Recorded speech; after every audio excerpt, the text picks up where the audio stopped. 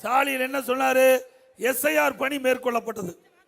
21 ஆண்டு காலமா அந்த தொகுதியில் இருக்கிற வாக்காளருடைய திருத்தம் கொண்டாடல.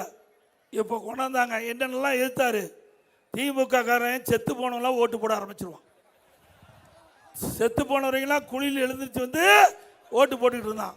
அது இந்த தடவை முடிஞ்சு போச்சு. கதவுறார் ஸ்டாலின். ஏங்க இறந்தவர்கள் நீக்குது நியாயம் தானே? இறந்தவர்களை வாக்காளர் பட்டியலிருந்து நீக்குவது சரியா தவறா? ஆனா ஸ்டாலின் மட்டும் எதுக்குறார்? ஏன்னா அவருக்கு ஓட்டு போட்டவங்களா இறந்தவர்கள். தேர்தல் வந்துட்டா போதும் குழியிலிருந்து எல்லாம் எதிர்த்து வந்துருவாங்க. அதை இப்ப தடுத்து நிறுத்தியாச்சு. ஒருவேளை முற்றுப்புள்ளி வச்சாச்சு. ஒவ்வொரு தொகுதியிலையும் 10,000 15,000. சென்னையில் 1 லட்சம் ஓட்டுங்க. திரு ஸ்டாலின் தொகுதியில் கொளத்தூர் தொகுதியில் 1 லட்சம் ஓட்டு நீக்கப்பட்டிருக்குது. அப்படின்னா எவ்வளவு போலி வாக்காளர். இதை வச்சுக்கிட்டு தான் ஜெயிச்சுக்கிட்டு இருந்தாங்க. இதுக்கு ஆப் அடிச்சாச்சு. இதுக்கு ஆப் அடிச்சாச்சு. இனி திமுக திருட்டு ஓட்டு போட முடியாது. திமுக இறந்தவர ஓட்டையும் போட முடியாது, போலியான ஓட்டையும் போட முடியாது.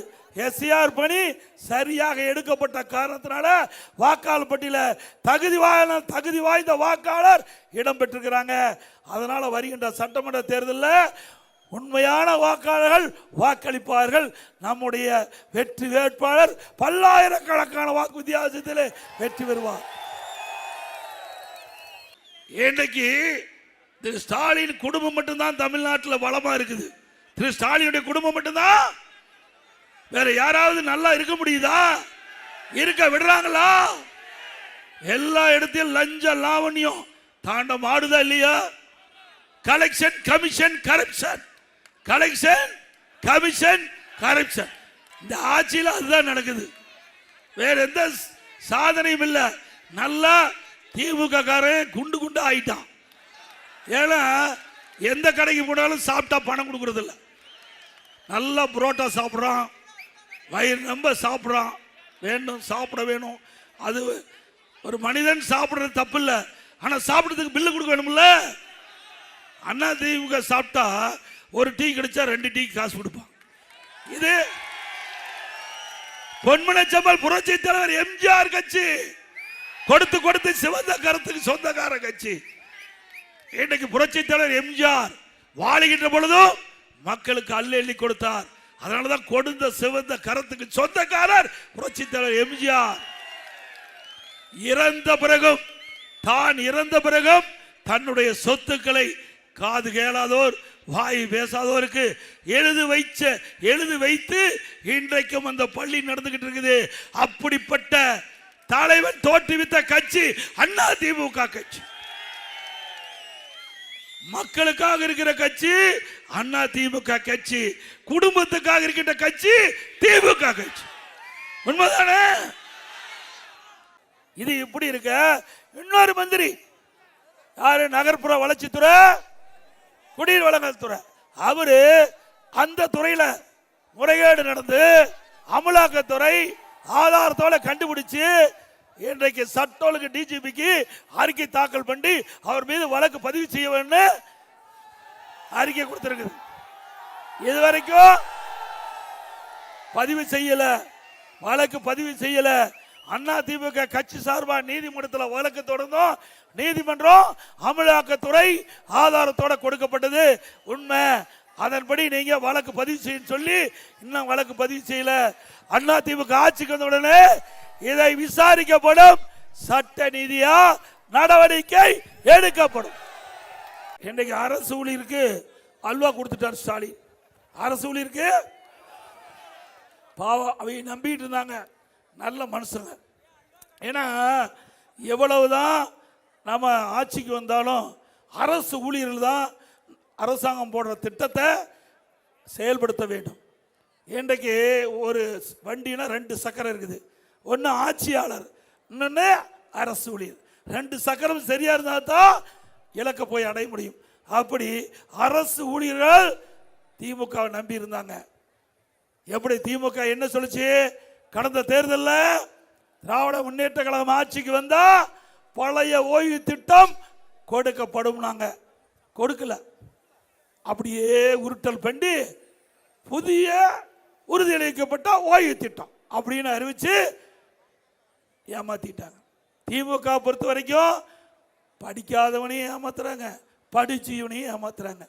ஏமாத்துறதுக்கு பேர் போனவர்கள் திமுக கட்சிகள். அதே போல மாற்றுத்திறனாளிகள் கூட்டுறவு சங்கத்திலே வாங்கிய கடன் தள்ளுபடி செய்யப்படும்.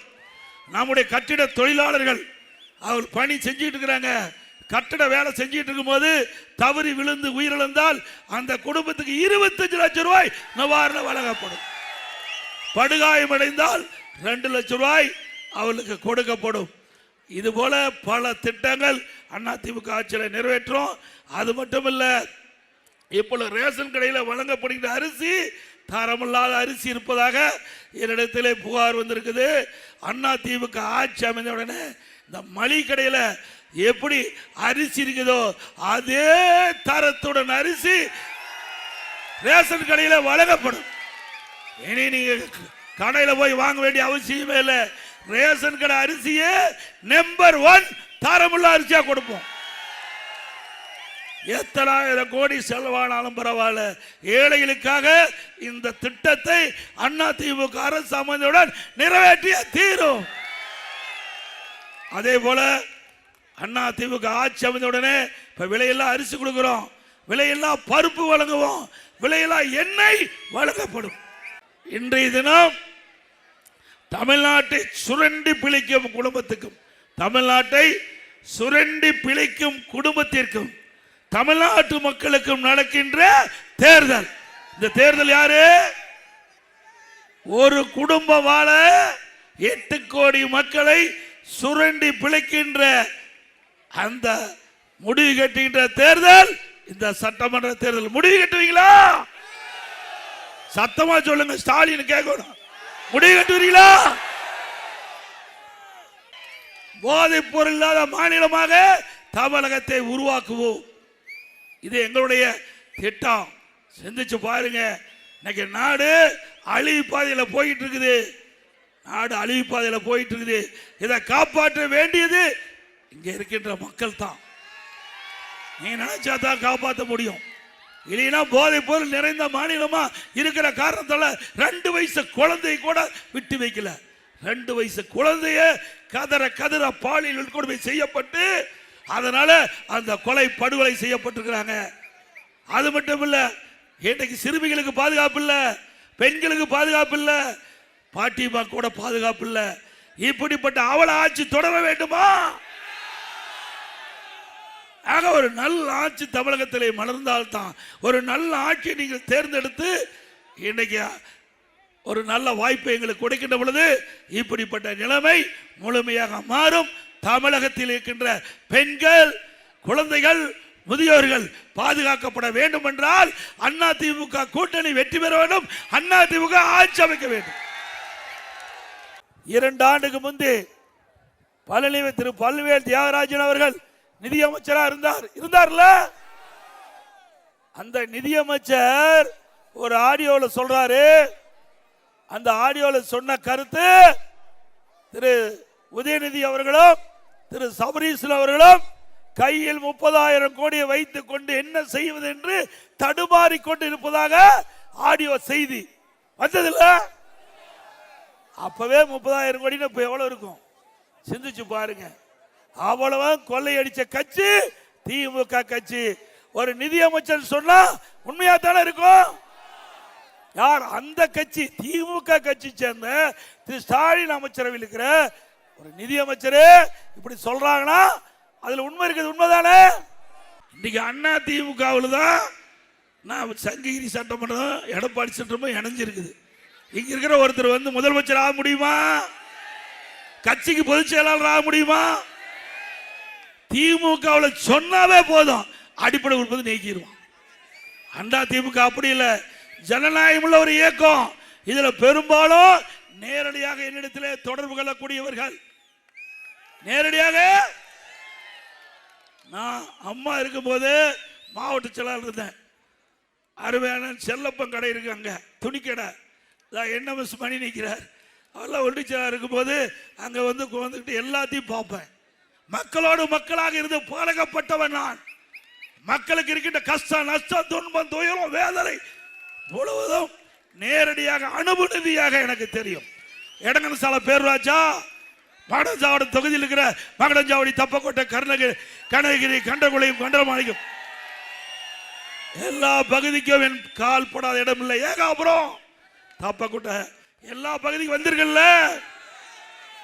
கண்ணந்தேரி புதூர் எல்லா பகுதிக்கும் வந்திருக்கிறேன். வராத இடமே கிடையாது. எனக்கு சேவல் அடையாளம் கொடுத்தது மகடஞ்சாவடி ஒன்றியம். என் வாழ்நாள் முழுவதும் அந்த ஒன்றியத்தை மறக்கவே மாட்டேன். நான் முதல் 1989ஆம் ஆண்டு சேவல் சின்னத்தில் போட்டியிட்ட போது எனக்கு வெற்றி தேடி தந்த ஒன்றியம் மகடஞ்சாவடி ஒன்றியம். அது அதிமுக கோட்டை. இன்றைக்கு அந்த கோட்டை சங்ககிரி சட்டமன்ற தொகுதியில் வந்து இணைஞ்சிருக்குது. சங்ககிரியும் அதிமுக கோட்டை. அப்படி கோட்டையா இருக்கின்ற காரணத்தினாலதான் எவரும் நுழைய முடியல. 2024 பாராளுமன்ற தேர்தலில் கூட இந்த சங்ககிரி சட்டமன்ற தொகுதி அதிகமான வாக்குகள் பெறுவதற்கு இது அதிமுக கோட்டை என்ற காரணத்தினால